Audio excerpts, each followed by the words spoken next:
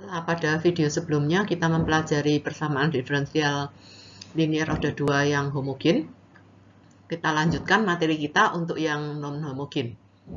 Seperti kita ketahui sebelumnya, untuk persamaan diferensial linear dengan koefisien konstan, jadi koefisien A, B, dan C-nya ini adalah konstan. Untuk yang homogen yang kemarin yang sudah kita pelajari, Rx ini sama dengan 0, sedangkan untuk yang non-homogen sekarang, Rx di sini tidak sama dengan 0, tapi merupakan fungsi dari X. Nah, bentuk yang lain bisa kita tuliskan dalam bentuk operator D seperti ini.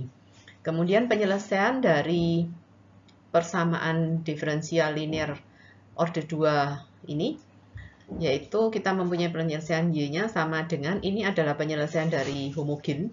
Jadi kita gunakan cara penyelesaian homogen yang kemarin sudah kita pelajari, ditambah dengan penyelesaian khusus atau penyelesaian untuk yang non-homogen. Nah, kita akan mempelajari cara menyelesaikan persamaan diferensial non-homogen ini.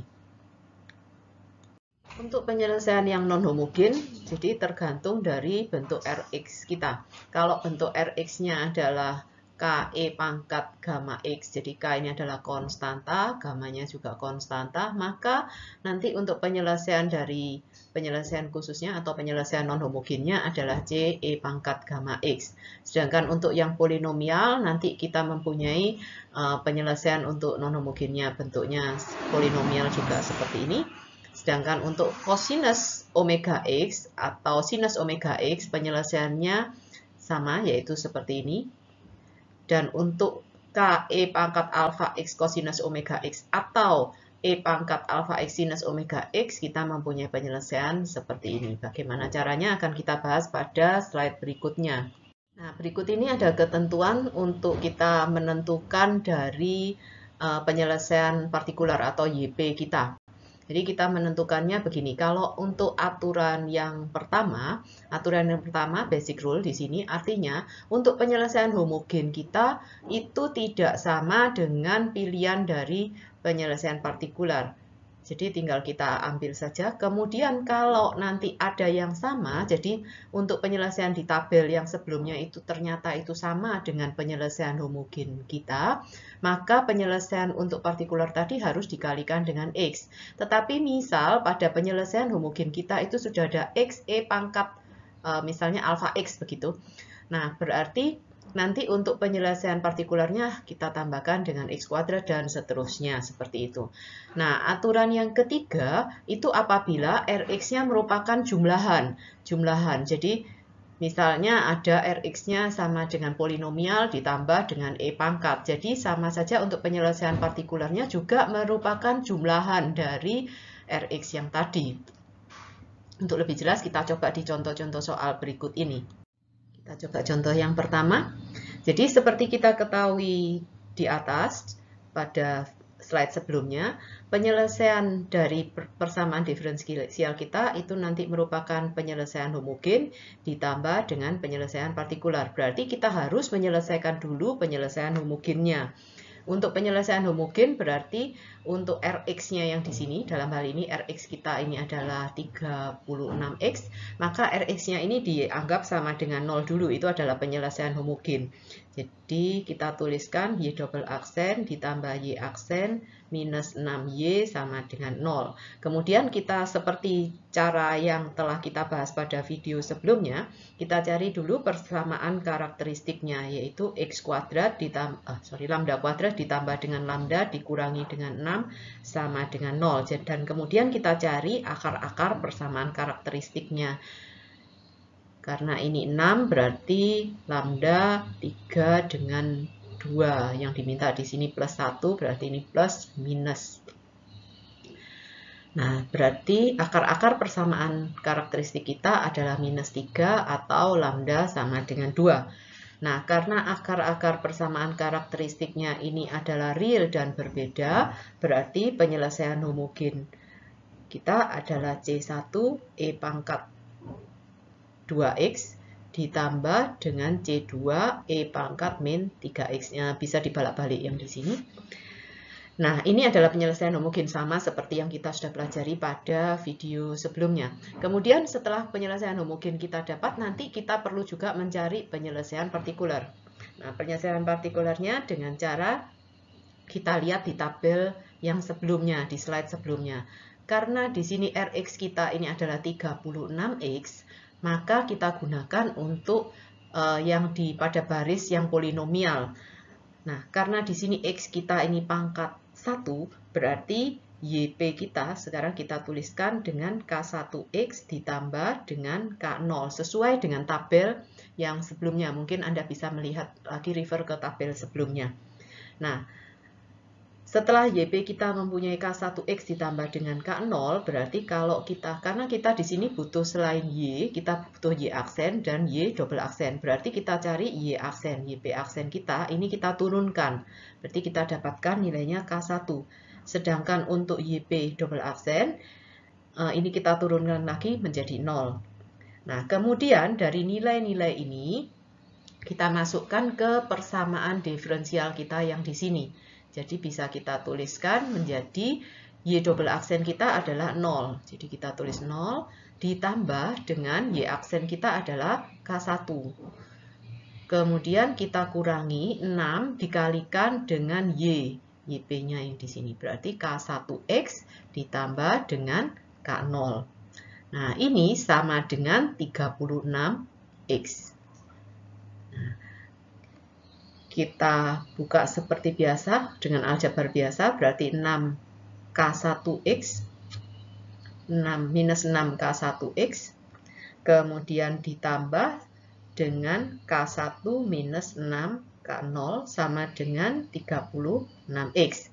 Nah, berarti nanti minus 6K1 itu nilainya sama dengan 36. Jadi minus 6K1 sama dengan 36. Maka K1 sama dengan minus 6.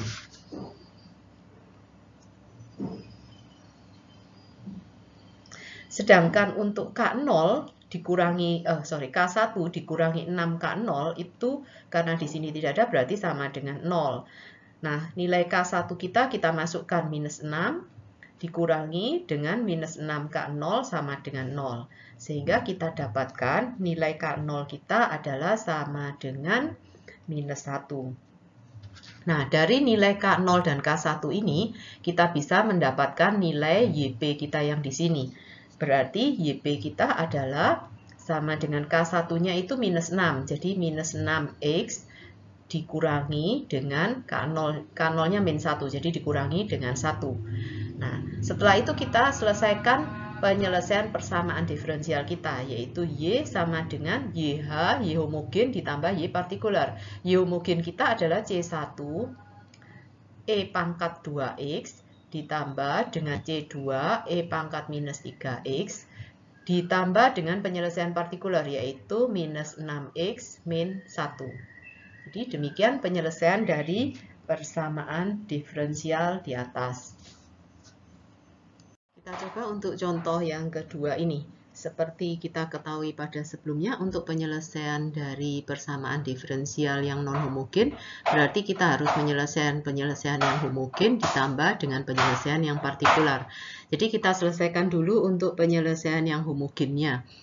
Y double aksen dikurangi dengan 5Y aksen ditambah dengan 4Y sama dengan 0. Kemudian kita seperti biasa kita lakukan, kita bentuk persamaan karakteristiknya, X kuadrat minus 5, lambda kuadrat minus 5 lambda ditambah dengan 4 sama dengan 0. Kemudian kita cari akar-akar dari persamaan karakteristiknya. Akar-akar persamaan karakteristiknya adalah 1 atau 4. Jadi penyelesaian homogen kita itu adalah C1 E pangkat X ditambah dengan C2 E pangkat 4X. Nah, kita lihat sekarang penyelesaian partikular. Penyelesaian partikular kita tergantung dari nilai Rx di sini. Dari tabel pada slide sebelumnya kita tahu kalau Rx kita adalah E pangkat 4X, maka penyelesaian partikular kita itu adalah suatu konstanta. Di sini saya tuliskan aja C3 karena sudah ada C1 dan C2, E pangkat 4X. Kemudian kita lihat di sini, kita mau nulis E pangkat 4X, padahal di penyelesaian homogen kita itu sudah punya E pangkat 4X. Berarti kita refer ke aturan yang kedua, beda dengan halnya contoh soal kita yang pertama tadi. Kalau contoh soal kita yang pertama tadi, untuk penyelesaian homogen dengan penyelesaian partikular kita bentuknya beda. Jadi ikut aturan yang pertama. Untuk contoh yang kedua ini kita gunakan untuk aturan yang kedua. Jadi harus kita kalikan dengan X di sini. Jadi YP kita adalah C3X E pangkat 4X. Kemudian kita butuh untuk Y aksen dan Y double aksen. Jadi kita cari YP aksen. Kita cari yaitu ini karena ada X, E pangkat 4X, berarti kita pakai aturan turunan U kali V. Maka sama dengan U aksen V ditambah U V aksen. Jadi C3 E pangkat 4X, kemudian ditambah 4X C3 E pangkat 4X. Nah, untuk YP double aksen, untuk C3 E pangkat 4X itu sama turunannya yaitu C3 E pangkat 4C3 E pangkat 4X. Sedangkan untuk 4X C3 E pangkat 4X berarti ini turunan untuk 4C3-nya ini adalah konstanta. Nanti pada saat kita turunkan U aksen V berarti 4C3 E pangkat 4X dengan 4C3 E pangkat 4X di sini kita dapatkan nilainya 8C3 E pangkat 4X. Sedangkan untuk yang satunya yaitu 4X dengan 4 yang di sini berarti 16. 16X C3 E pangkat 4X. Kemudian nilai ini kita masukkan di persamaan diferensial. Untuk Y double aksen kita masukkan 8C3 E pangkat 4X ditambah dengan 16X C3 E pangkat 4X dikurangi dengan 5 kalikan Y aksen. Y aksennya yang di sini berarti 5 kalikan dengan C3 berarti kita punya minus 5 C3 E pangkat 4X.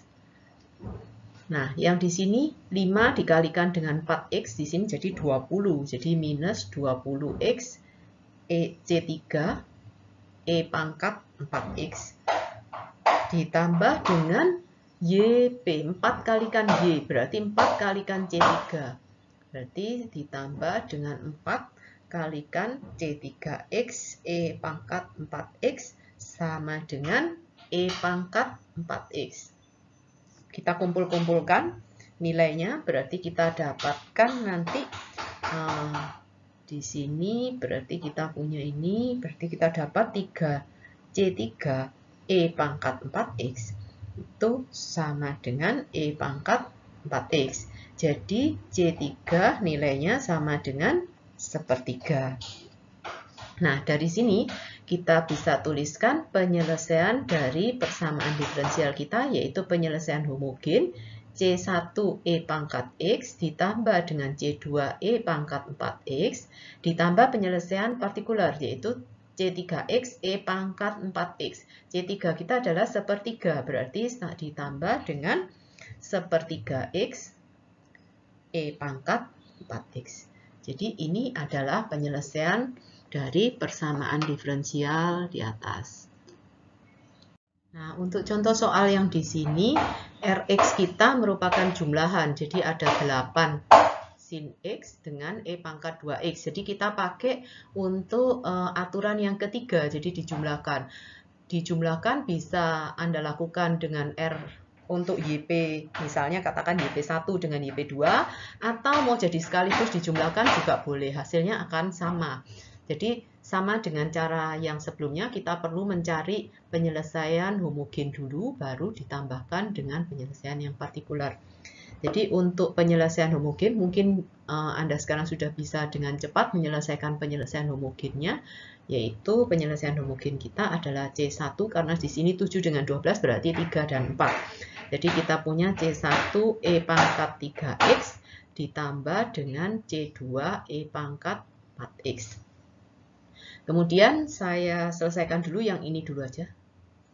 Jadi boleh satu persatu nanti kita jumlahkan. Jadi YP kita nanti ini kita pecah. Jadi ada yang YP1 dengan YP2. Atau mau jadi sekaligus dijumlahkan juga boleh sama gitu ya. Cara yang sama. Jadi misalnya saya pecah aja. YP1 itu berarti kalau untuk Rx kita adalah 8 sin X. Berarti YP1 itu adalah K cosinus X ditambah dengan M sinus X. Nah, ini K cosinus X dengan M sinus X. Ini kita dapatkan dari tabel pada slide sebelumnya. Kemudian kita cari YP1 aksen. Karena kita butuh YP aksen di sini. Jadi kita dapat nilainya K sinus X ditambah dengan M cosinus X. Sedangkan untuk YP1 double aksen, nilainya adalah minus K cosinus X min M sinus X. Kemudian kita masukkan seperti tadi ke persamaan diferensialnya. Jadi, Y double aksen minus K cosinus X minus M sinus X. Kemudian dikurangi dengan 7Y aksen. Jadi min dengan min di sini jadi plus 7K sin X. Saya lanjutkan di bawahnya aja supaya cukup tempatnya. Kemudian dikurangi dengan 7M cos X ditambah dengan 12Y berarti 12K cos X ditambah 12M sin X sama dengan 8 sin X. Nah, dari sini kita kumpulkan nanti. Kita kumpulkan yang sin X. Jadi kita kumpulkan yang sin X, di situ adalah minus M plus 7K ditambah 12M. Sedangkan untuk yang cos X, itu kita punya minus K plus 12K, minus 7M. Ini sama dengan 8 sin X. Nah, dari sini kita tahu bahwa yang ini minus M plus 7K plus 12M ini adalah 11K. Bisa saya tuliskan yang di sini, berarti sama dengan 7K plus 11M sama dengan, karena sama-sama sinus, berarti sama dengan 8 begitu. Nah, sedangkan yang satunya di sini untuk K ini adalah min ini berarti jadi 11K min 7M sama dengan 0. Nah, supaya kita lakukan dengan eliminasi supaya bisa saya kurangkan, berarti yang di sini saya kalikan 11, yang ini saya kalikan 7. Jadi kita dapat 77K ditambah 121M sama dengan 88. Untuk persamaan yang kedua, kita dapat 77K dikurangi dengan 49M sama dengan 0. Ini kemudian kita kurangkan. Nah, pada saat kita kurangkan, berarti ini jadi 170M sama dengan 88. Jadi M-nya nanti sama dengan 188 dibagi 170, jadi sama saja dengan 44/85. Nah, untuk yang K bisa kita cari, kita masukkan aja ke salah satu persamaan. Jadi misalnya saya masukkan ke persamaan yang kedua di sini, maka kita punya 11K itu sama dengan 7 saya kalikan dengan M-nya 44/85. Atau nanti K kita dapatkan nilainya sama dengan 28/85. Gitu. Nah, setelah kita dapatkan ini baru untuk yang Rx-nya sama dengan 8 sin X. Jadi kita perlu cari juga untuk Rx-nya sama dengan E pangkat 2X. Jadi untuk YP2 kita punya C3 E pangkat 2X. Sedangkan untuk YP2 aksen kita dapatkan 2 C3 E pangkat 2X. Sedangkan untuk YP2 double aksen, kita dapatkan 4C3 E pangkat 2X. Nah, dari ini kita masukkan ke persamaan ini lagi, ke persamaan diferensial kita. Jadi kita punya untuk Y double aksen itu 4C3 E pangkat ini. Jadi 4C3 E pangkat 2X dikurangi dengan 7 kali Y aksen. Jadi 7 dikalikan dengan 2, jadi 14 C3 E pangkat 2X. Dan ditambah dengan 12 YP, berarti ditambah dengan 12 C3 E pangkat 2X. Ini sama dengan E pangkat 2X. Kita kumpulkan, berarti kita punya 2C3 E pangkat 2X sama dengan E pangkat 2X. Atau nanti kita dapatkan nilai C3 itu sama dengan setengah. Nah, kemudian berarti kita sekarang sudah mendapatkan menuliskan penyelesaian dari persamaan diferensial kita, yaitu penyelesaian homogennya C1 E pangkat 3X ditambah dengan C2 E pangkat 4X ditambah dengan YP1. YP1-nya K cosinus X ditambah M sinus X. Berarti sama dengan 28 per 85 cosinus X ditambah 44 per 85 sinus X ditambah dengan setengah E pangkat 2X. Jadi ini adalah penyelesaian dari persamaan diferensial di atas. Berikut ini ada soal latihan yang dapat Anda kerjakan untuk menambah pemahaman Anda tentang bagaimana cara menyelesaikan persamaan diferensial order 2 yang non-homogen. Selamat belajar.